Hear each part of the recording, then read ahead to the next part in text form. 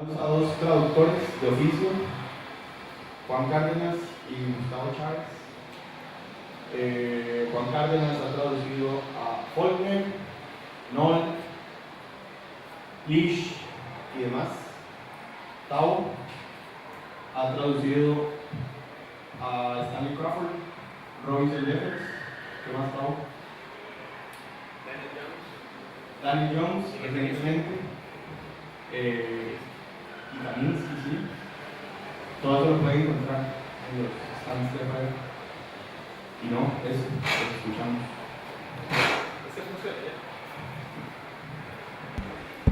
Sí, bueno, buenas tardes. Gracias por venir. Las conversaciones de traducción siempre son entre pocas personas, no te sorprendas, por lo menos acá. Pero igual, qué bueno verlos. Gracias a Buólica, la persona de Hoshen, por haberme tomado en cuenta y a Juan Cárdenas por acompañarnos hoy. En efecto, hablar de traducción en Costa Rica es una cosa un poco sisífica, siempre estamos como hablando de lo mismo, somos pocos los que nos dedicamos a esto y al mismo tiempo hay prácticamente todas las personas que leen tienen opiniones sobre traducción, lo cual hace un poco difícil hablar al respecto y es una gran oportunidad, creo, poder hablar con un autor extranjero que nos visita con otras perspectivas para conocer un poco más de ese oficio.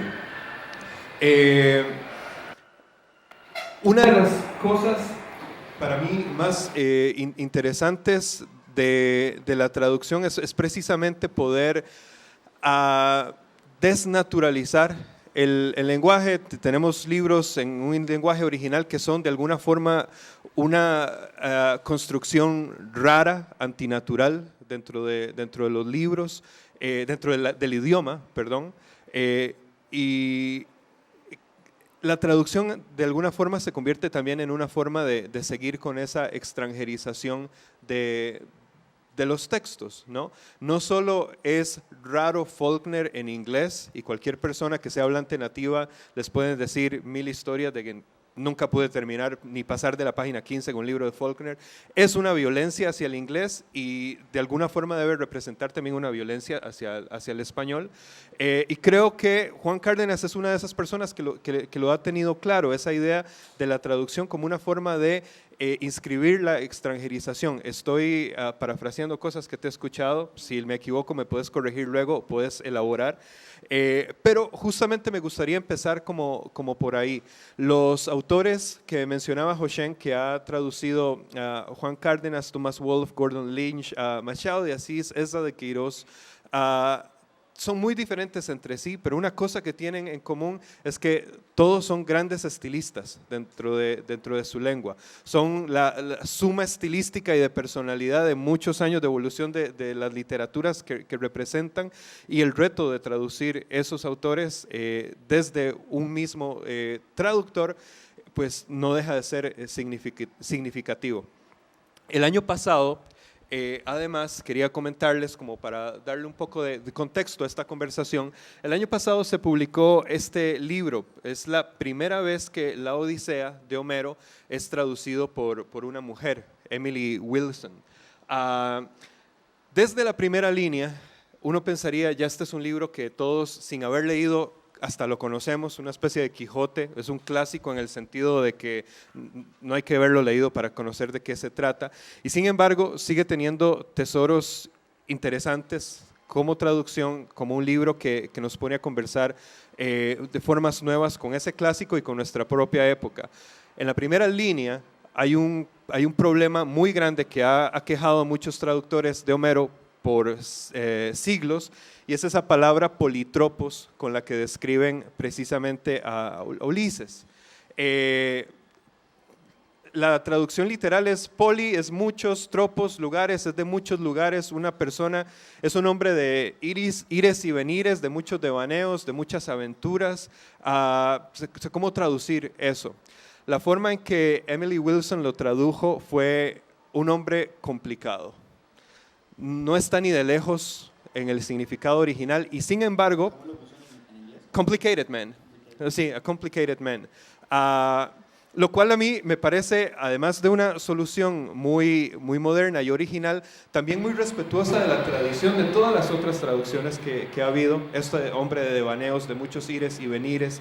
Rico en ardides, soñado, pero no. Sí, sí, exacto. Lo curioso es que, sí, lo curioso de esos epítetos es que lo que tienden a hacer es a ensalzar ese carácter mítico de Ulises, ¿no? Con un hombre complicado, en el año 2016, en medio de una reformulación de la palabra complicado gracias a las redes sociales, ¿no? Ahora uno está casado, o tiene novia, o está en una relación, o es complicado, ¿no? Ya esa es la palabra básica para expresar la ambigüedad, ¿no? Y esa es justamente la palabra que escoge, y a partir de ahí como que le serrucha un poco el piso, como decimos acá, a esa figura mítica de Ulises, y la convierte ahora sí en un hombre complicado, quien curiosamente es más personaje en esta traducción de la Odisea, es Penélope, y no debería sorprender que sea una mujer quien lo traduzca.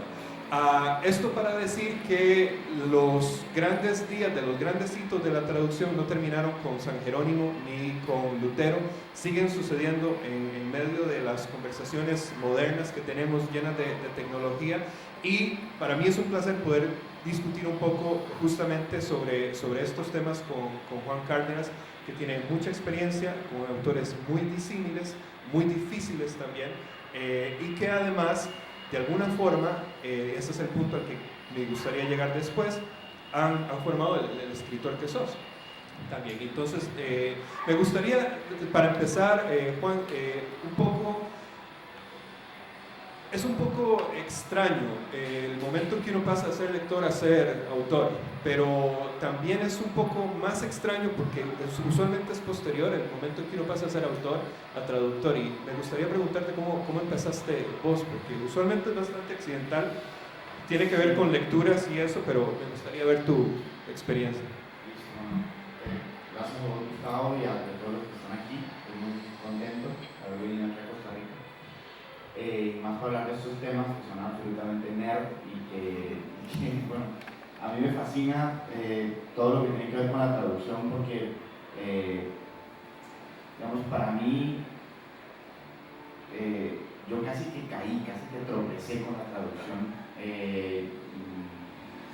Siempre desde que era adolescente me gustaba intentar traducir los poetas que me gustaban, incluso cuando no sabía el idioma, ¿no? Me ponía a traducir, no sé, a poeta nórdico, no sé qué carajo voy a saber sueco, pero era como, no importa, vamos a ver, sí, con los traductores que encontraba de sueco en internet en los finales de los años 90, imagínense la calidad de los traductores, eran una basura, pero las traducciones salían muy raras, pero me parecía un ejercicio, precisamente vos dijiste una cosa que es clave para mí en todo este tema, que es este ejercicio de extrañamiento y este ejercicio de violencia sobre el lenguaje. Eso creo que son dos ideas fundamentales de lo que me parece a mí que es la manera más interesante de concebir la traducción, la manera más potente y sugerente de entender la traducción. Como les decía, llegué de una manera muy accidental. Era una época en la que malvivía de distintos oficios en Madrid, era muy joven, tenía 22, 23 años, y entonces un día, gracias a un amigo, consigo que me hagan una prueba de traducción en una editorial, y para mi sorpresa, 3 días después de presentar la prueba de traducción, por la que yo no daba un peso, me encargaron un libro. Pues me soltaron así como a lo bruto, ¿no? Como, no, está buenísima la prueba de traducción, dale, pasé este libro. Entonces yo, con perdón, pero eso literalmente casi me cago, fue como de, ¿cuánto tiempo tengo? No, tenés 3 meses y medio, era un tocho así, y era un libro para la editorial Turner, un libro sobre el cine de Hitchcock, que era un erudito australiano que se llama Peter Conrad. El libro está bastante bien, de hecho lo tradujo muy mal. Y no lo digo de verdad con falsa coquetería, lo trabajé muy mal, o sea, el libro lo hice muy mal hecho.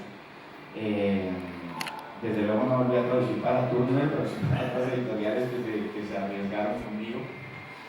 Pero, y realmente fue así como empecé a traducir, a pesar de que ya tenía, digamos, como todas estas experiencias muy amateurs de hacer mis poemas, pero todo esto que vos estás mencionando fueron cosas que yo fui descubriendo en el oficio.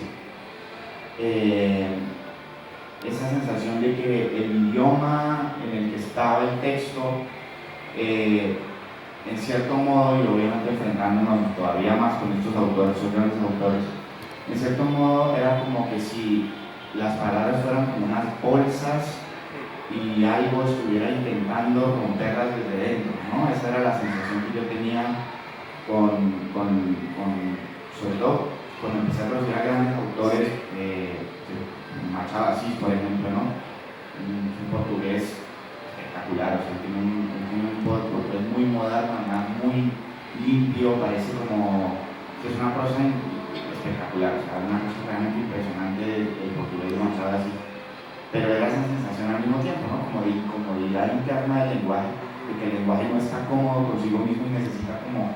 Entonces, lentamente fui dando con una idea que como que te la voy a soltar a ver qué te sugiere, como para pensarla, como que estamos aquí un poco para ver. Y es que, primero que el original no existe, ¿no? El original solamente aparece en la medida en que el texto traducido lo hace aparecer como un índice, como una señal, ¿no? Para que quede el rastro del original, pero no hay original, ¿no? El original no existe, por un lado, no hay original, no hay ese texto esperándonos ahí al comienzo de todo, sino que son las sucesivas traducciones a lo largo de los años los que van generando ese texto, ¿no? Y la otra idea es que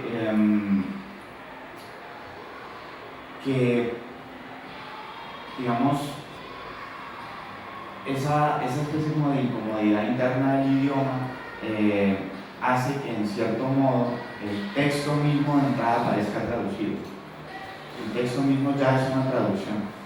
Ese texto original ya es una traducción, ya es un texto en el que el lenguaje quiere romper las posturas, en el que el lenguaje quiere como salir para otra parte y decir otra cosa, ¿no? Porque yo creo que la literatura misma, los textos literarios se instalan en ese punto, en ese decir otra cosa, ¿no? Es exactamente la etimología de la palabra alegoría, ¿no? La alegoría es decir otra cosa. Todos los textos literarios, y sobre todo los grandes textos literarios, son capaces de instalarse allí. Textos ya en sí mismos traducidos, sí. O sea, como de otro idioma que probablemente no existe, ¿no? Bueno, y hay muchas cosas acá, y hay muchas cosas pulsando que me gustaría retomar. La primera es, ¿en qué momento te diste cuenta que esa primera traducción que hiciste, así, que te lanzaste al agua, en qué momento te diste cuenta que era mala y por qué? ¿Qué es lo que aprendiste ahí que hace?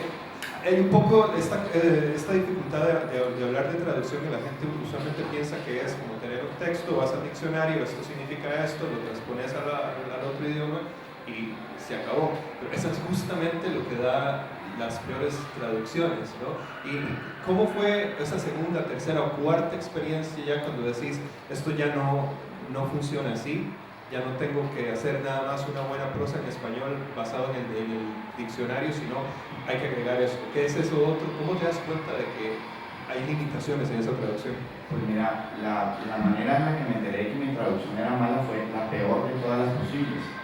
Y es que fui a la oficina de Juan García Ponce, que era el editor de Turner en Madrid, me senté delante de él, y además porque iba a llevar la factura y tenía que firmar los papeles en la oficina de al lado, y no sé qué, me siento.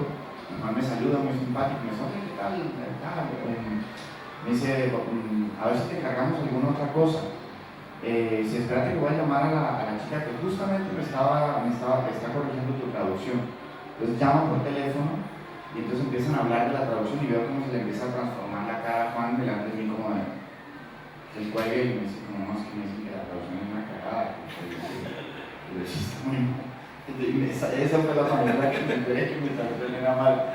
Entonces yo, imagínate, un pibe de 23 años ahí como que no tenía Y entonces yo dije, bueno, yo quiero ver por qué esta traducción está mal, ¿no? Entonces efectivamente me puse a revisarla un tiempo después, bastante me acabo entre las piernas, me quedé muy mal, pero me puse a revisarla y me di cuenta de que había toda una cosa muy absolutamente ortopédica, ¿no? Entonces entendí que la mala traducción es un ejercicio ortopédico, como una cosa en la que el lenguaje receptor se vuelve como una especie de muleta, ¿no?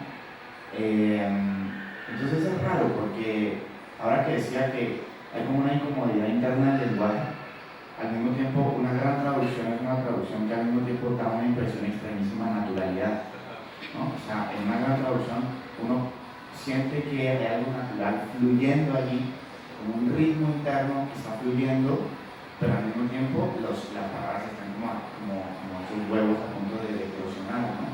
Entonces, pero obviamente estos son descubrimientos que hice yo después y en la mesa de trabajo, es decir, no tenía igual que ganarme la vida, entonces fui a engañar a otros editores para que me dieran traducciones y logré engañarlos y me dieron más traducciones y viví de eso muchos años de traducir. Entonces,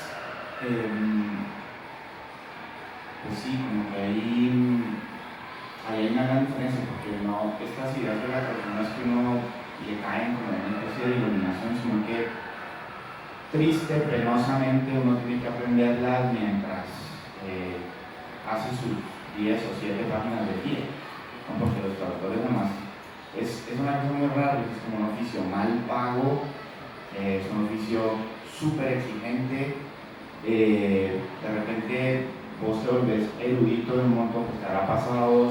Ahora pues me parecería chévere también que nos contaras pues, cuál ha sido tu experiencia traduciendo estos poetas, ¿no? Porque además traducir poesía es muy distinto de traducir prosa, como ya hablaremos de eso.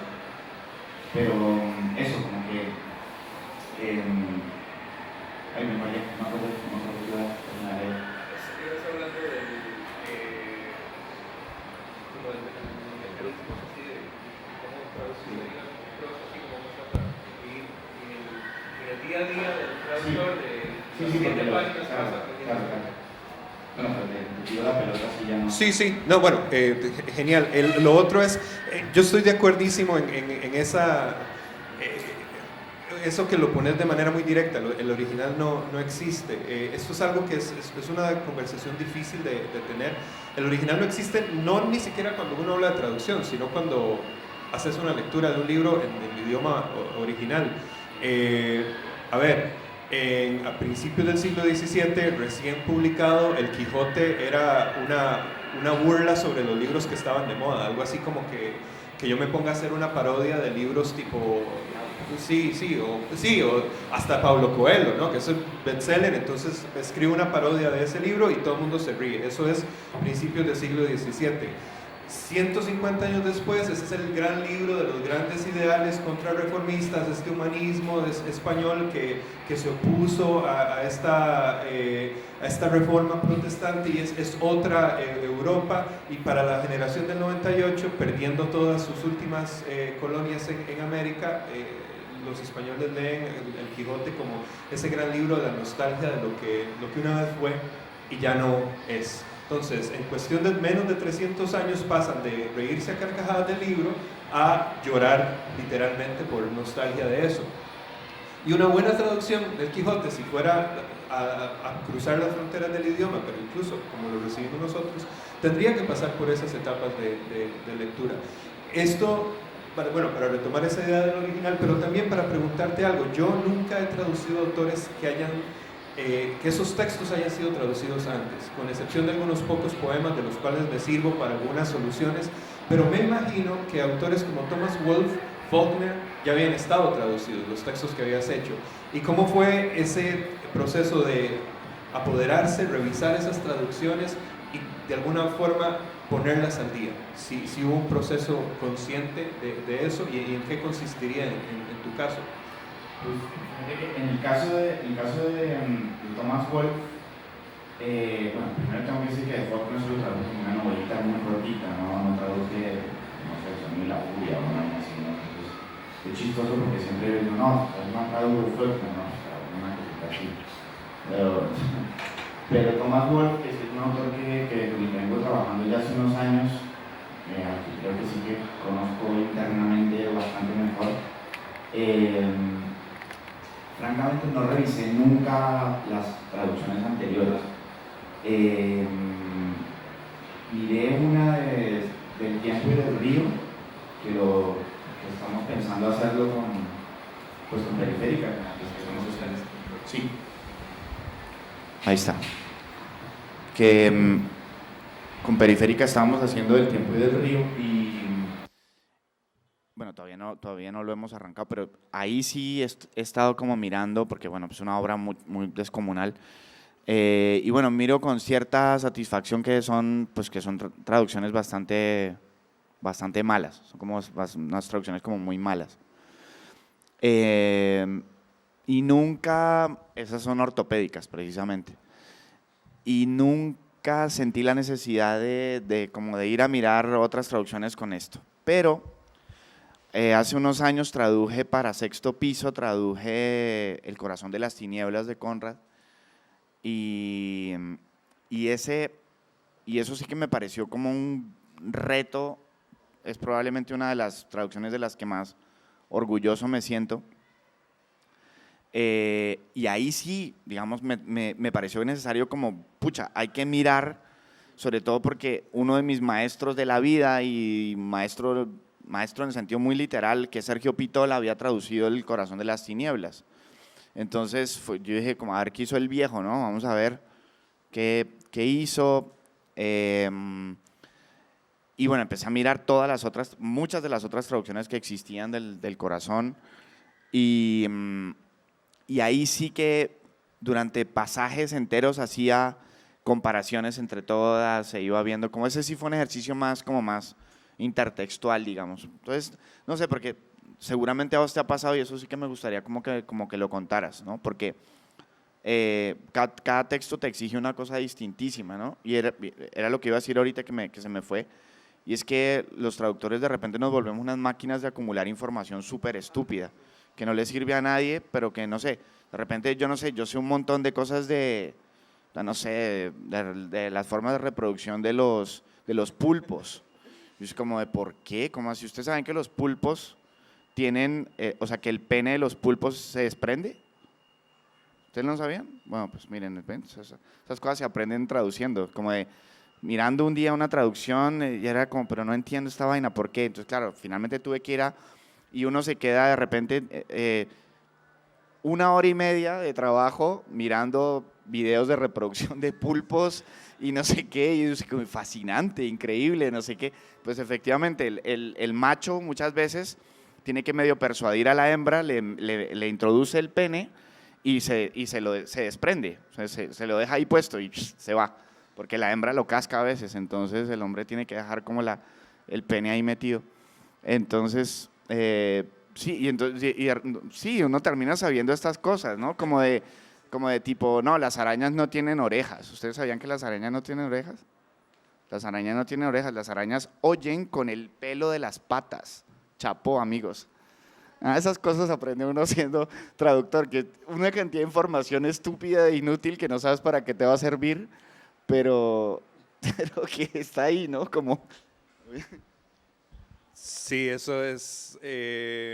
Yo nunca he estado en California, pero me sé toda la topografía de California traduciendo a Robinson Jeffers, por ejemplo. Sé la diferencia entre un cañón y un gorge, por ejemplo. Son estos acantilados rarísimos. Yo puedo ver fotografías y puedo decir, eso es un cañón, eso es un gorge, así.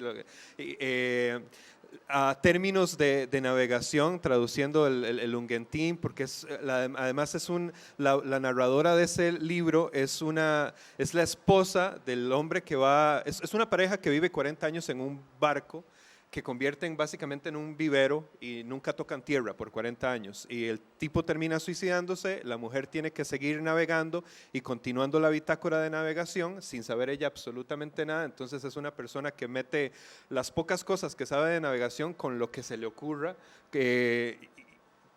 un lenguaje que además hay razones para creer que fue raptada de las costas de un lugar como África, que ella realmente no habla inglés, entonces mezclan el inglés con cosas que realmente no existen, que son agramaticales, y entonces el reto de traducir ese libro fue precisamente, bueno, aprender esas cosas de navegación, de cómo las diría alguien que no sabe hablar inglés, refiriéndose a cosas como revistas que salían a principios del siglo pasado, por ejemplo, así de específico, digamos, ese vocabulario. Y sí, terminas la novela, que son 100 páginas, y decís que ahora qué hago con esta información, no me sirve para nada, excepto que en el texto es todo. Esas diferencias, ese vocabulario es lo que justamente ayuda a nombrar todas esas cosas. Volviendo a este ejercicio de Conrad y de Thomas Wolfe, ¿de qué manera pensás que mejoraste a Pitol o otros traductores de Thomas Wolfe? Bueno, que decís que eran malas en general, pero como además de la ortopedia, ¿recordás algún caso específico, alguna frase, alguna palabra, ese politropos que se convierte en complicated? ¿Alguna con la que lidiaste que requirió una de esas soluciones que el reseñador de traducciones siempre llega y dice, esto no es lo que significa esa palabra, pero vos la pensaste 3 días, 3 meses, lo que fuera? ¿Recordás algún caso de esos? Mira, en el caso de Conrad, pasó una cosa curiosa. Yo me daba cuenta, leyendo a Conrad, me daba cuenta de que él era súper específico a la hora de usar, él usaba una metáfora. Por ejemplo, empezaba hablando de la relación como entre las sombras, la noche, el agua, ¿no? Como esta cosa de la sombra líquida, no sé cuándo.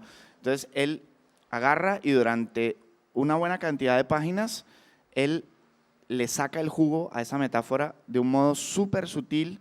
Entonces, todo el rato le da vueltas a la misma metáfora durante todo el texto. Y yo me daba cuenta, mirando las otras traducciones, de que ninguno de los otros traductores, ni siquiera Pitol, por ejemplo, habían respetado eso. Es decir, porque también se trata, uno decide qué es lo que va a traducir, en cierto modo. Uno decide dónde voy a poner el foco de lo que voy a traducir.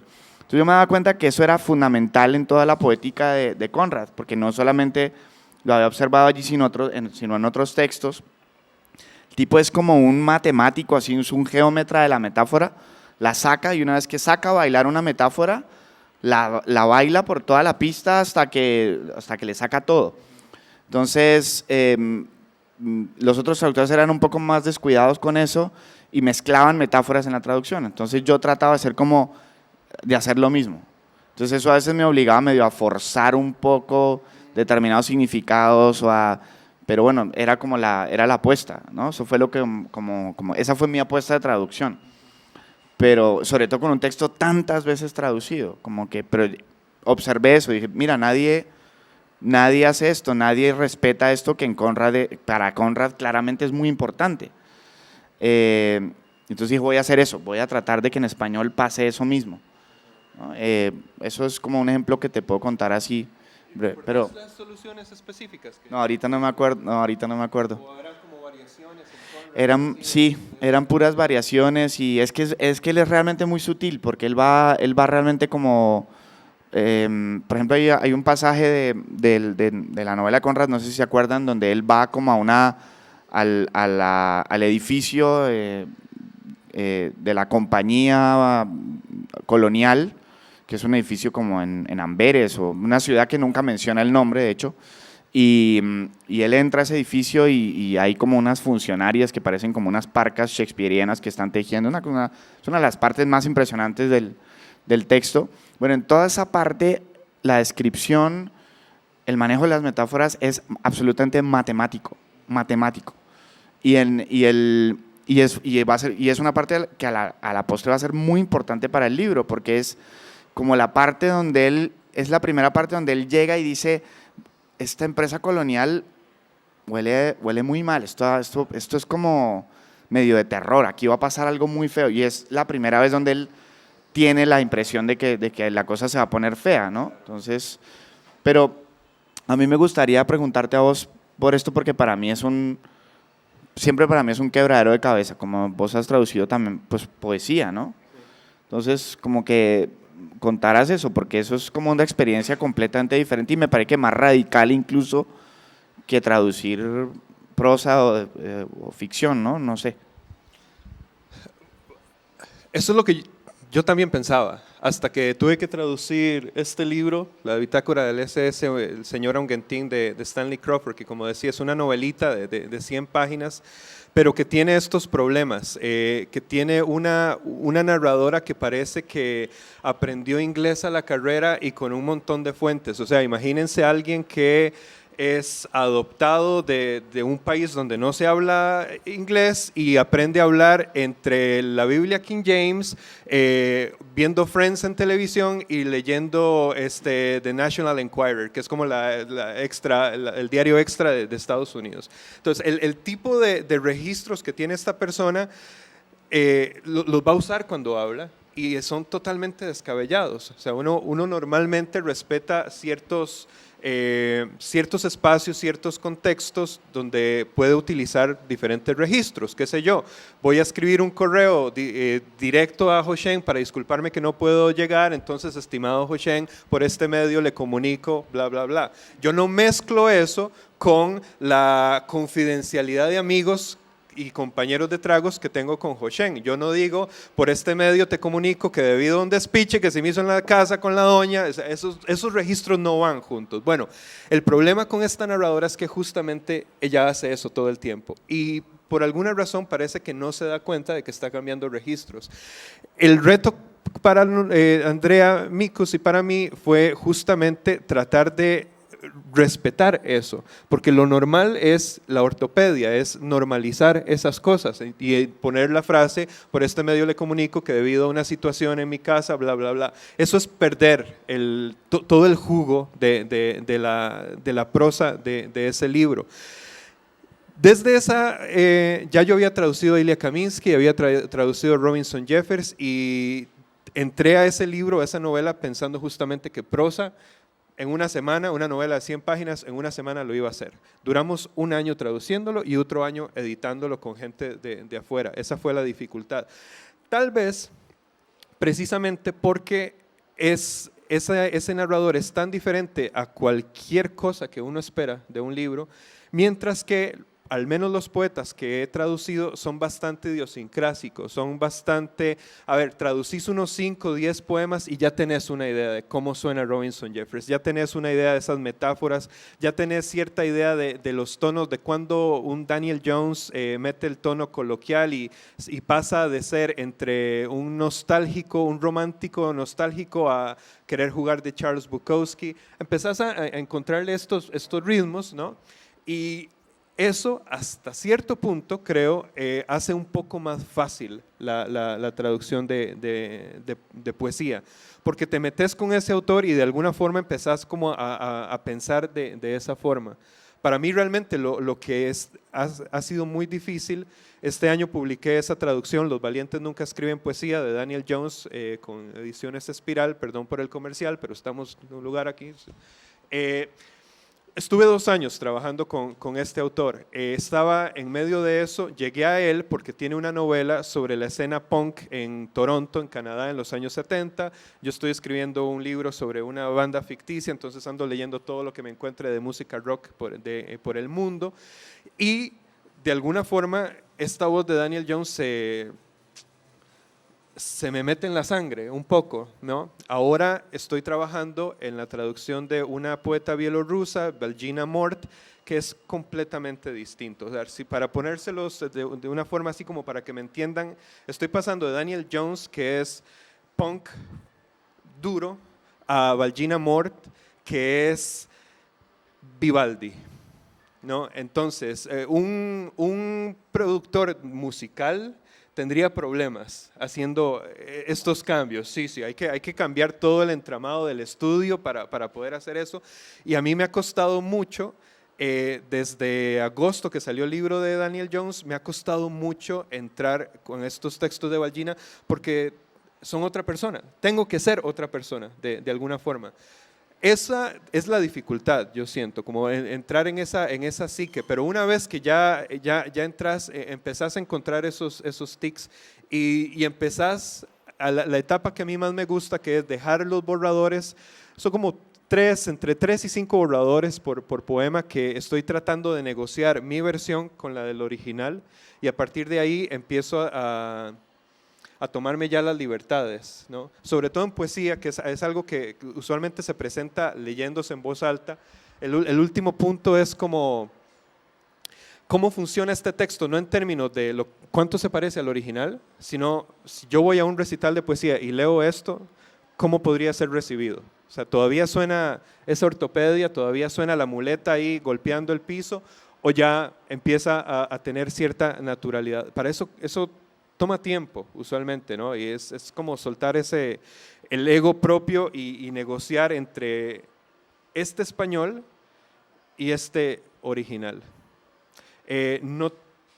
No tenía la idea de terminar aquí, pero me sirve para otra pregunta que quería hacerte, y es que tampoco uno traduce al español. La idea no es original, pero yo se la oí a Martín Caparrós, que tenemos 200 años en América Latina desde la independencia, que sucedió este Big Bang, nos salimos de España y cada país se ha convertido como en un núcleo, ahí volando en el espacio, y mientras más tiempo pasa, más nos vamos alejando unos de los otros. Yo he leído mucho, por ejemplo, a Marcelo Cohen, que habla sobre este problema en traducción, de que uno no traduce al español, uno traduce al tico, al colombiano, al argentino, al mexicano.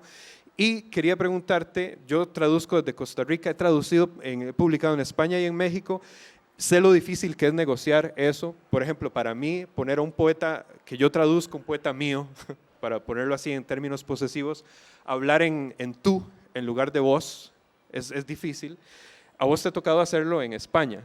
Y me gustaría ver cuál ha sido esa experiencia de negociar el bilingüismo dentro del español también. En primer lugar, habría que decir que creo que es el pobre Caparrós el que es como una especie de asteroide que se va alejando de todos los demás. Es él, pero bueno, en fin. Que quede grabado y registrado. Saludos, saludos Martín. Pero fíjate que para mí es un temazo ese, porque precisamente, pues primero por una cuestión biográfica, yo por razones laborales, pues yo estaba colombiano, vivía en España, entonces tenía que insertarme en ese mercado y en cierto modo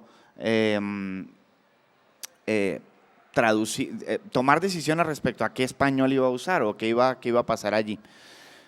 Entonces, de nuevo, no fue una iluminación que tuve un día en la ducha, lo tuve que ir haciendo sobre la marcha, pero me daba cuenta de que a mí ya me había pasado algo extraño, y es que mi propia lengua ya estaba intervenida, mi propia lengua ya era rara, yo ya no hablaba colombiano. Aparte es que no existe algo así como el dialecto colombiano, no existe un dialecto colombiano unificado. Colombia es posiblemente el país latinoamericano con más variedades dialectales, o sea, en mi región hablamos de voz, muy parecido al voceo de Costa Rica, en todo el Pacífico se habla de voz, pero luego en la costa caribe nadie habla de voz, hablan de tú. En Bogotá se ustean o se tutean, pero tampoco saben vocear. De hecho, es que literalmente, aunque lo intenten, no pueden vocear. No les sale, no les sale. Los bogotanos no pueden vocear y tampoco pueden bailar salsa. Pero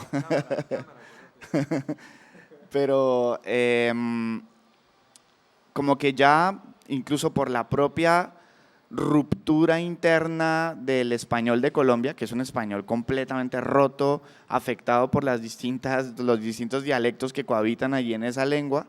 Cuando yo vivía fuera, yo sentía que también mi español era muy filtrable por un montón de cosas. Entonces, yo tenía muchos amigos de todas partes, brasileños, mexicanos, argentinos, uruguayos, chilenos, entonces siempre como que mi español ha sido como una especie de monstruito que se deja permear y filtrar de lo que sea.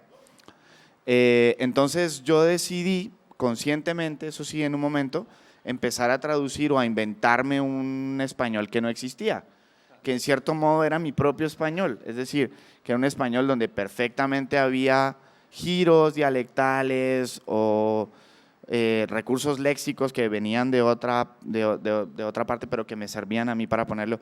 Entonces, empecé más o menos a crear esta lengua y años después yo leí esos ensayos de Cohen, que me parecen una maravilla, esos ensayos. Unos ensayos los publicó, bueno, en Chile, Entropía yo lo leí en la edición chilena de Montacerdos. Se llama Música prosaica, se llama el texto. Son 4 textos sobre la traducción que son de verdad como se convirtieron casi como en mi Biblia de oficio. Porque precisamente a Cohen le pasó lo mismo. Cohen vivió muchos años en Barcelona y él tuvo que enfrentarse más o menos al mismo problema y se dio cuenta de que la lengua traducida era una lengua distinta, era un territorio lingüístico muy diferente y que no correspondía con territorios lingüísticos específicos o concretos, que a mí siempre me ha parecido una tontería. Era Luis Chitarroni, que es un grandísimo editor, pero él proponía, por ejemplo, que las traducciones en español deberían estar segmentadas como hacen en el mercado anglosajón. Es decir, que un libro debería ponerse, o sea, el mismo libro que uno compra en Nueva Zelanda no es el mismo que se compra en Irlanda, digamos, porque realmente está cambiado, lo han adaptado. A mí eso me parece una reverenda tontería, ¿no? Él decía, no, hagamos lo mismo, que nos dividimos el territorio, entonces hacemos unas supuestas traducciones rioplatenses, otras para el Perú y no sé qué, otras para Venezuela, Colombia y Centroamérica, otras para México, otras, no, eso es una tontería, porque, es decir, se genera como esta especie como de neurosis, como de, uy, no, yo no quiero leer a tal autor en guatemalteco, ¿y por qué no? O sea, ¿por qué no? O sea, yo sí quiero leer que me pasó hace un tiempo, ¿no? Que era como Kurt Vonnegut en cubano. Es una puta maravilla, o sea, es una maravilla absoluta. Y uno dice, es que suena más chévere Kurt Vonnegut en cubano. Suena del carajo, suena de pinga, ¿no? Entonces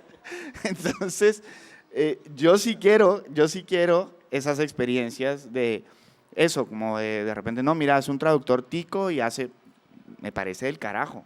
O sea, a mí me parece que es mucho más productivo para la lengua, más chévere. Sí. Bueno, y es que, de nuevo, volvemos a la lengua original y eso sí es un ejercicio que uno hace todo el tiempo.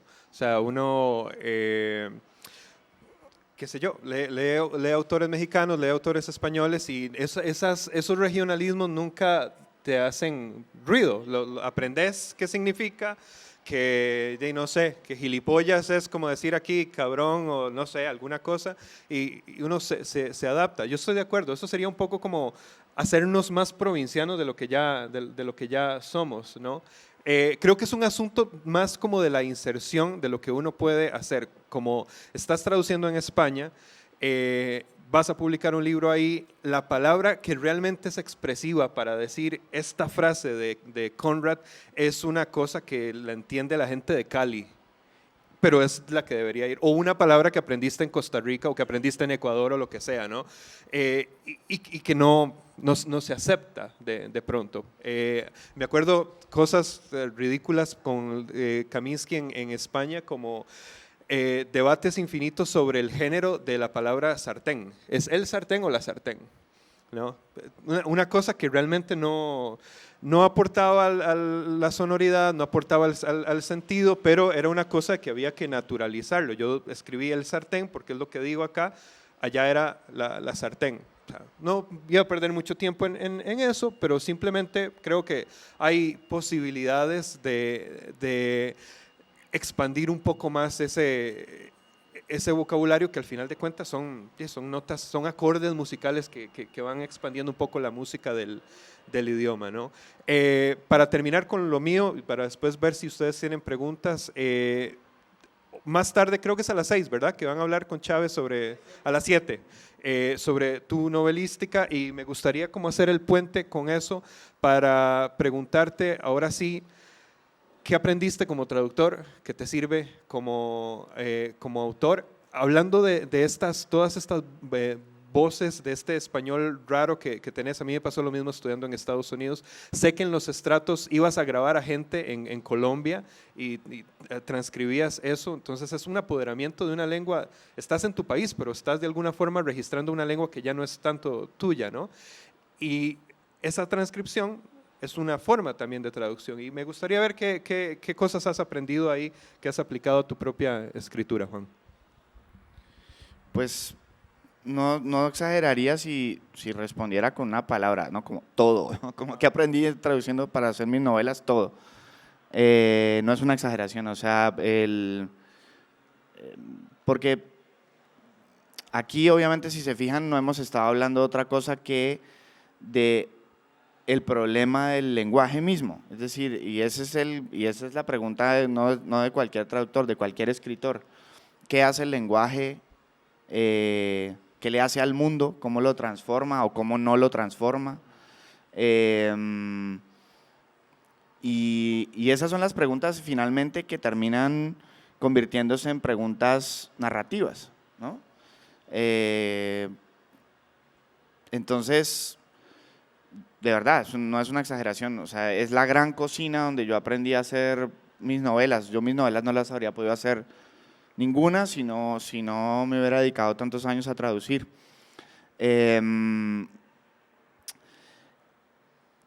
Sí, que es una cosa además muy curiosa, ¿no? Pero ahorita retomando una idea que estabas soltando ahora, y es que como que damos por sentado demasiado el estado del lenguaje en general. Lo damos por sentado. Todo el rato creemos que, como usamos todo el rato el lenguaje, creemos que sabemos qué es lo que estamos haciendo, pero en realidad no lo sabemos muy bien, ¿no? Y es en esa pregunta crítica, en ese momento en que uno se para y uno dice, uy, qué expresión tan rara, ¿no? Ganarse la vida, ¿no? ¿Vos qué haces? No, ¿vos cómo te ganas la vida? Me dice, uy, puta, pero espera, para un segundo, ¿de dónde habremos sacado eso? ¿Cómo que ganarse la vida? ¿Qué pasa, que la había perdido antes y ahora me la tengo que ganar? ¿O cómo? ¿No? Es decir, claro. Entonces, como que te pones todo el rato en esas instancias del lenguaje donde eso, ¿no? Lo que contás, como la sartén, el sartén, ¿no? Ese tipo de preguntas que al final te ponen en una especie de lugar de indeterminación en el mundo, digámoslo así, ¿no? Y ese lugar de indeterminación en el mundo, como ese espacio de inestabilidad lingüística y por tanto ontológica, personal, vital, no sé, que uno dice, uy, qué raro es el mundo, qué vaina tan rara, ¿no? Qué raro es el lenguaje, qué raro es la historia del lenguaje, qué raro es que yo esté hablando aquí en este dialecto extraño, ya mezcla de 20 acentos y 20 dialectos más. Qué raro es todo esto, ¿no? Entonces, obviamente de ahí viene todo el mismo, es el mismo impulso que está en las novelas, es el mismo, ¿no? Sí, no queremos aburrirlos más. No es que yo no sé de tiempo, yo aquí me quedo todo el día, pero si alguien quiere hacer alguna pregunta. Yo solo vengo a entregar el micrófono.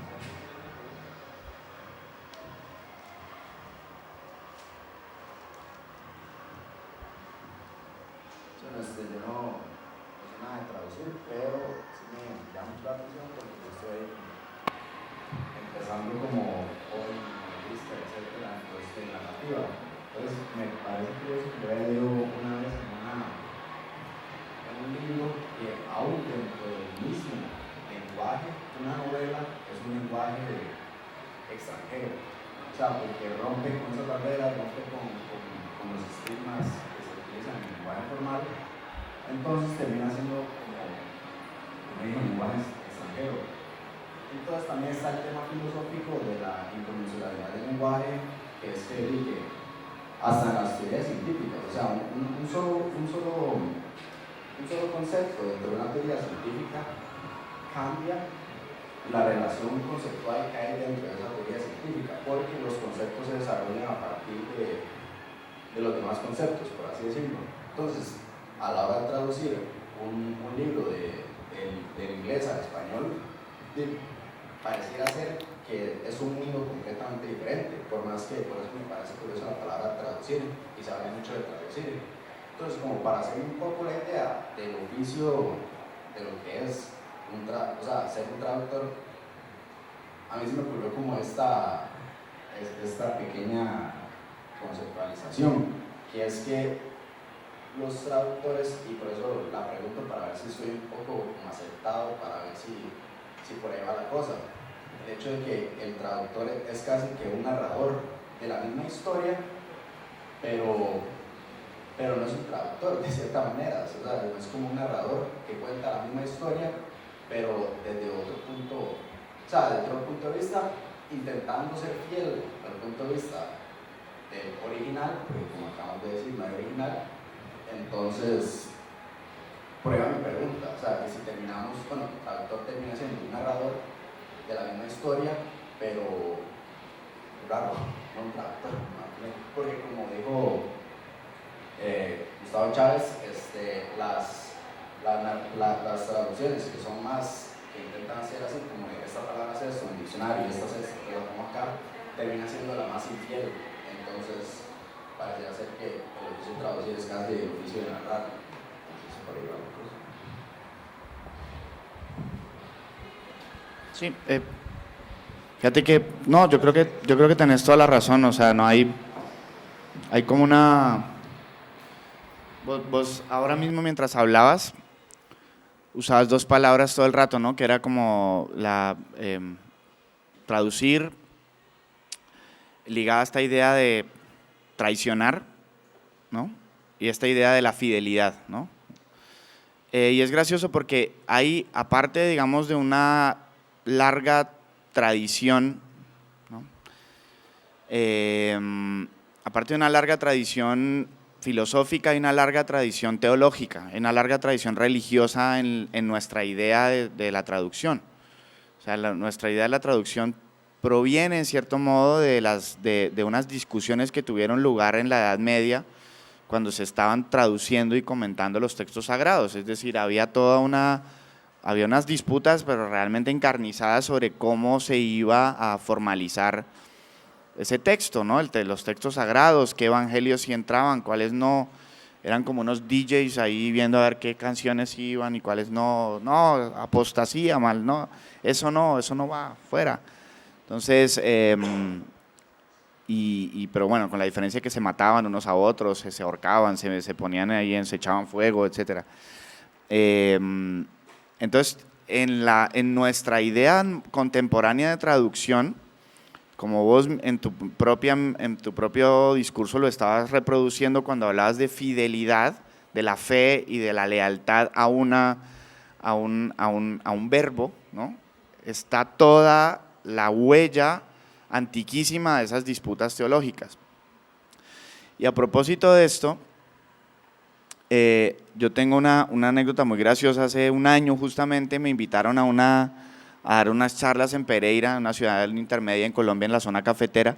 Me invitaron a dar unas charlas sobre traducción. Entonces, como ustedes saben, es un tema popularísimo, a la gente le encanta. Yo dije, no, pues evidentemente, y me pusieron además en un salón muy chico.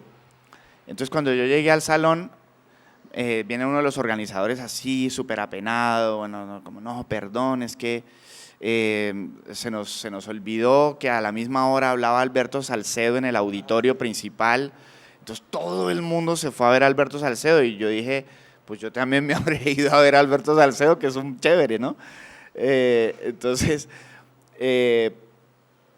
total, que no había absolutamente nadie, no había nadie. Entonces, no, lo siento, no sé qué. Entonces yo dije, bueno, entonces, si no les importa, yo me voy a ir a ver a Alberto Salcedo. Sí, no hay ningún problema. Llego yo, me siento en las primeras filas del teatro. El teatro estaba a reventar así, yo me senté como en un... y a los 10 minutos viene la organizadora así muy despacio y me dice, venga, que ya llegó el público. Y yo dije, ya llegó el público. Y yo dije, ¿de dónde habrán ido a sacar público? O sea, como que... O sea, no, bueno, llego y para mi sorpresa me habían tenido que cambiar de salón y me habían puesto en un salón muy grande también y el salón estaba llenísimo. Yo dije, ¿pero de dónde salieron todos estos fans de la traducción? O sea, pero son de donde dije, y además en Pereira, que es Pereira, la Toledo del siglo IX, ¿no? Como Alfonso X y todos traduciendo, todos traductores en Pereira. Yo, wow, increíble. Entonces esa vaina llena de gente así, todos mirándome con ojos ávidos de que yo hablara de estas cosas.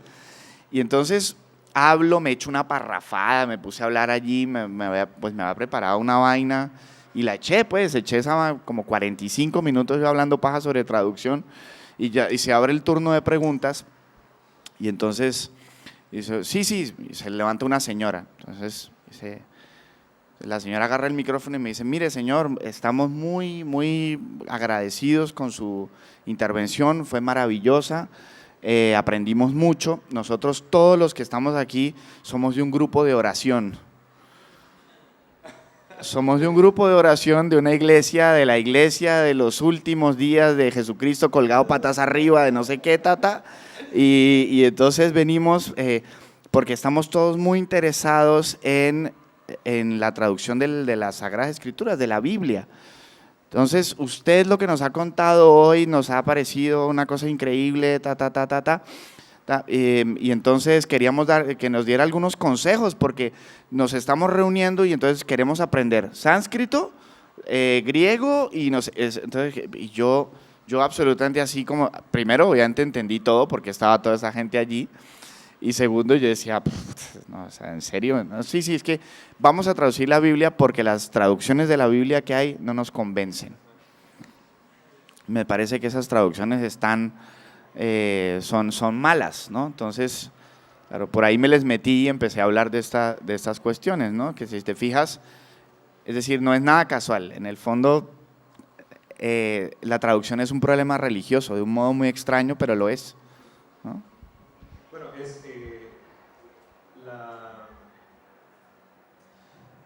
vos decías que uno como traductor de alguna forma es como el narrador de un libro. Yo lo que creo es que uno es un lector específico de ese libro que se arroja el derecho de, sí, imponer una lectura. Esta es la Odisea tal y como yo la leo. Este es el corazón de las tinieblas tal y como la lee Juan Cárdenas, ¿no? Las decisiones que uno toma ahí de alguna forma son artículos de fe, de lo que uno cree, no solo lo que cree del idioma original, sino lo que cree que es Joseph Conrad, de lo que cree que es el Evangelio de San Marcos, ¿no?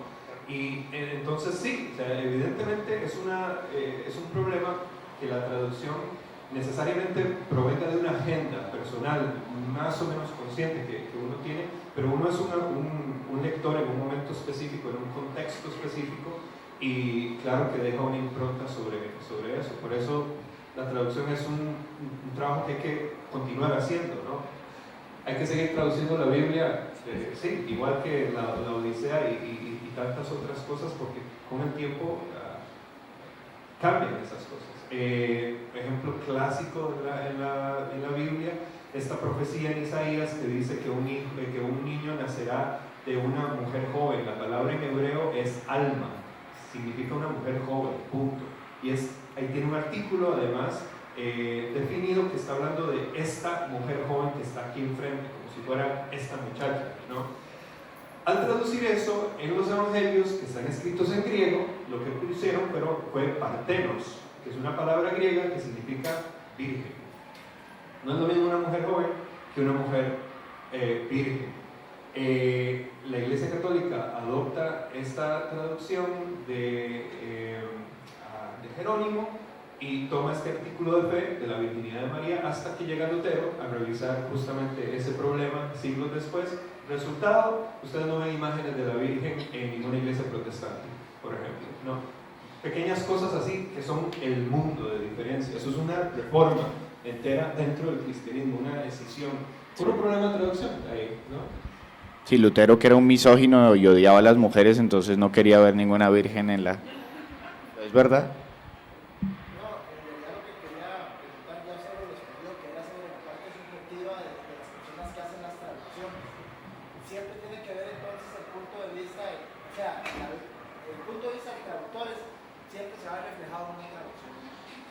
Es que, ¿cómo no? No lo va a odiar uno. Es que digamos, ¿cuál sería la opción? ¿Cuál sería una traducción objetiva? Y eso ¿no? pasa con la Biblia, ¿verdad? Que todas las religiones tienen sus traducciones, Ajá. entonces le dan su culto, su enfoque filosófico y espiritual, así. Sí, te puedo dar un ejemplo. Este libro de Daniel Jones que traduje este año tiene una parte, una sección de poemas que en el original se llama Jack and Jill in Toronto. Jack y Jill en Toronto. Son dos personajes que son aprendices de poeta, todos los clichés de gente que está empezando a hacer sus revistitas pequeñas y escribe poemas de lo que está de moda, la vanguardia que esté de moda, en fin. A mí, cuando yo los leí, son los poemas más tempranos de Daniel Jones, son los más malitos también. Yo cuando los leí dije, esto no es interesante ponerlo simplemente así, lo que quiero es enfatizar lo paródico. Entonces, una de las cosas que hice fue cambiar todos los referentes de Toronto a San José. Y entonces Jack y Jill en Toronto se convierten en Feli y Fabi en Chepe. Y en lugar de ir a una protesta contra las armas nucleares en los años 80, esta gente va a una protesta contra el TLC en el 2008, ¿no? Y mucha gente me ha dicho, pero es que eso no es el original. Hay gente que me ha dicho, es que cuando vivió Daniel Jones en Costa Rica, es un apoderamiento que yo hice de esos textos, porque mi intención, no sé, Daniel Jones se murió a mediados de los 90, yo no lo conocí, no sé, pero yo lo que quería era reproducir la risa que me dieron a mí esos poemas cuando los leí la primera vez. Y aparece un personaje, Morley Callahan, que casi atropella al personaje y se hace una riña y terminan golpeándose. Era imposible que alguien supiera quién es Morley Callahan en Costa Rica.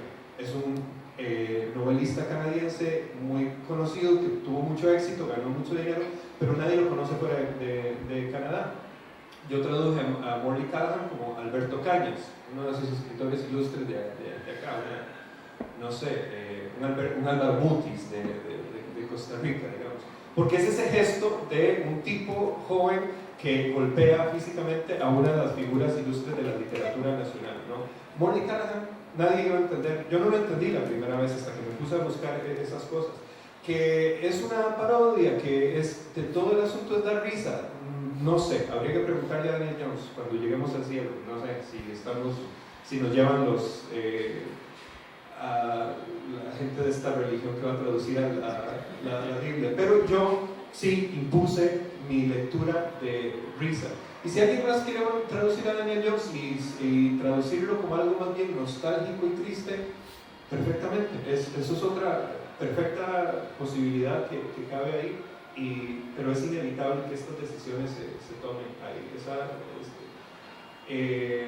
La fidelidad es lo que decía Elliot Weinberger, que es el traductor de Octavio Paz al inglés. La fidelidad es una cosa que le interesa a las personas casadas y a los sacerdotes, que curiosamente no tienen relaciones con ninguna otra persona. Fuera de ahí es un asunto, sí, a veces. Fuera de ahí, la fidelidad es un asunto muy, muy subjetivo, sobre todo en términos de un texto literario.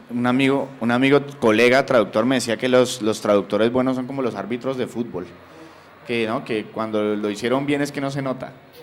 ¿No? Como es increíblemente bien dirigido el partido, el tipo fue justo en todas sus decisiones, no sé qué, elegantísimo el trabajo del traductor. Uno se vería tentado a darle la razón a mi amigo, ¿no? Pero es que a veces el árbitro tiene que pitar penal y a veces el árbitro tiene que, sí, a veces la pelota choca contra el árbitro en el culo y se le hace un pase de la muerte al otro tipo que está llegando, no sé, ¿me entendés? Es decir, a mí me parece genial ese ejemplo que dio Gustavo, pero hay otro muy lindo que es el de la traducción del Rey Lear que hizo Nicanor Parra en Chile, que la hizo en chileno. Entonces, no sé, Lear dice, luta, concha de tu madre, no sé qué, y está en chileno realmente, y es una genialidad, el Rey Lear en chileno, es espectacular. Bueno, una de las cosas que hace Emily Wilson en esta traducción de la Odisea es que pone a Telémaco a hablar como un niño, que es lo que es. Y el equivalente en español sería como de ¡epa! Pero es que manda huevo, no sé, como de algo que diría un niño, ¿no? Y eso hace que ese personaje vuelva a la vida como lo que es, no una figura mítica de la literatura clásica, sino un niño que está hablando con su padre, ¿no? Eso es chilenizar a Telémaco de algún modo, ¿no? No sé si... todo esto es muy torpe, lo solucionaremos brevemente. No sé si es pregunta, pero yo lo veo mucho en mi trabajo. Trabajo en un podcast que es regional de toda Latinoamérica y Estados Unidos, y todos somos de diferentes países. O sea, yo soy el único tico y hay 3 colombianos, hay un mexicano, hay una uruguaya, luego está Alarcón, que es gringo peruano y demás. Ajá, y pues la gran parte de nuestro trabajo es traducir ese tipo, o sea, es un proceso de edición entre todos para crear un español amorfo y me imagino súper bastardizado completamente, que trata de captar por lo menos la esencia del país en un poco, pero también crear un español Frankenstein que sea entendible por todo lado. Y algo que he notado es que de verdad no, o sea, nunca hay como esa idea de ese editor de regionalizar. O sea, eso a nadie le importa, más bien a la gente le encanta. Y también, por ejemplo, a los gringos que aprenden español con el podcast, que les estamos enseñando un español completamente incoherente y amorfo y demás. Y o sea, como les parece riquísimo, digamos. O sea, todo el mundo aprecia un montón ese tipo de cosas. Y no solo con las palabras, sino con el acento. O sea, Alarcón, cuando uno no lo regaña, es un peruano gringo que empieza a hablar como cubano. Entonces es extrañísimo, pero sí, o sea, que yo en realidad nunca, o sea, yo lo veía como con aprensión cuando entré, por ejemplo, lo que dijo Tao, que un tico hablando de tú o algo así, que se siente raro, pero, o sea, como que aprendí a ver una riqueza en eso y en ese español. O sea, como me gustaría que ese español conjunto de todas estas influencias sea como el español que manejamos en la literatura, claro, en sus casos, digamos, pero, o sea, no me me parecía malo al principio, como raro, pero luego le aprendí a agarrar como la riqueza. Me hiciste acordar de hace muchos años en un ciclo en la Filmoteca en Madrid. Fue un ciclo muy breve que hicieron. Resulta que en la Universal, ¿cómo se llama? La productora de cine, el estudio de cine, la Universal, hacía estas películas como de serie Z muy baratas en la posguerra, ¿no? Como en finales de los 40, principios de los 50. Entonces hacían estas películas como en estudio, muy baratas, con unos sets así muy, muy cutres. Entonces durante un tiempo hicieron un experimento. Y es que de día en el estudio rodaban la película con los actores gringos y por la tarde con un director sustituto hacían lo mismo para el mercado en español, pero la grababan en español. Bueno, entonces era genial porque vi en ese ciclo, por ejemplo el Drácula de Todd Browning, la vi en Sudaca. Entonces, y es una rareza absoluta, pero es así. Entonces de repente el tipo que hacía Drácula era uruguayo y entonces aparecía la heroína que era chilena y luego una señora mexicana, entonces todos hablaban distinto, todo era como y era extrañísimo, porque era en ese lugar como gótico, en los mismos sets, con el mismo storyboard, los mismos planos que había usado Todd Browning por la mañana, lo rodaban igualito, y entonces sonaba como esa cosa, y uno veía la película y era una belleza y una genialidad total, ¿no? Se veía buenísimo. Entonces, y obvio, entonces, y esto es una cosa en la que Cohen insiste mucho, él en ese texto de música prosaica insiste mucho en esa idea de que no tiene que ver como con lo léxico, como con la cosa, y a mí me parece importante eso porque también tiene que ver como con una política del lenguaje, como con la dimensión más política del lenguaje, y con la dimensión, digamos, de América Latina entendida como una especie de horizonte utópico, pero al mismo tiempo donde todas las diferencias no se disuelven en una supuesta unidad, sino que la gente dice, pero es que no hay ninguna unidad latinoamericana, eso no existe. Ya, idiota, pues es que eso se trata, de que no haya una unidad latinoamericana, gran pendejo, ¿no? O sea, se trata de que haya una cantidad de cosas rarísimas sonando como en esa película de Drácula hablada en todos dialectos posibles, ¿no? De eso se trata al final. Creo que eso es una cosa como una neurosis que le ataca también, creo que es muy generacional, ¿no? Esa generación de Chitarrón y esa gente que tiene 60 años, yo creo que ser porteño, como esa gente era porteño, es como una especie en vías de extinción. Ya nadie es porteño así, ¿no? Ya nadie es chilango de un modo como ultra chilango. Ya, por eso digo que será el pobre Caparrós por allá, él solo en su asteroide, porque el resto estamos como súper comunicados, nos prestamos palabras, nos prestamos expresiones. Yo mismo me sorprendo a veces diciendo, uy, qué chingo de gente que vino, o, no sé, o digo, no sé, nos prestamos todo el rato cosas, ¿no? Mis amigos mexicanos me dicen, o se dicen entre ellos parcerito, o ¿qué parcerito? No sé qué.